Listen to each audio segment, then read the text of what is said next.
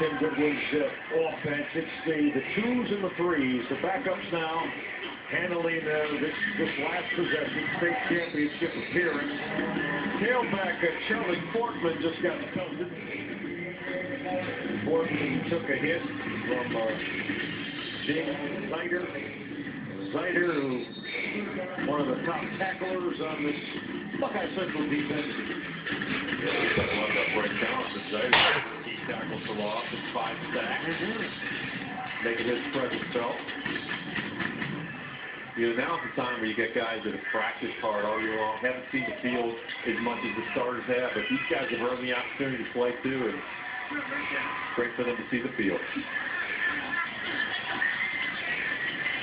Now Holman's going to run sweep with Charlie Portman. Portman on the comeback. Back to the original line of scrimmage at the 35-yard line. He got 5. It's going to bring up 3rd down, rather 4th down, and we'll call it 10.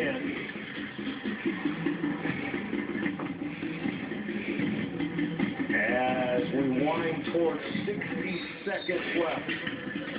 And what is going to be another glorious trip to the state championship finals for this highly touted and tradition-rich program of Tim Goodwin and the Flyers of Marion Local High School.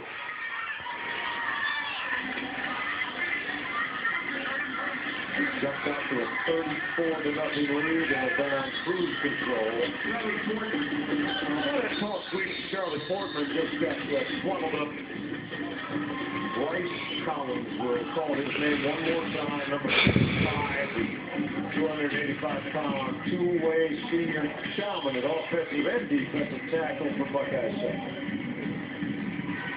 An impressive effort. Like what I see out of that young man. That's what they want in the trophy case, right? That's what you start your off-season workouts in the winter, through the spring and summer. And then when you get to start team drills in the month of August, every school in Ohio watches. This is Michael Atkins on that quick hit for Buckeye Central. Michael Atkins to the 10-yard line. That's 22 yards. 22 yards. And let's make it to 140 yards on the day for Michael Atkins over the 100-yard mark. And now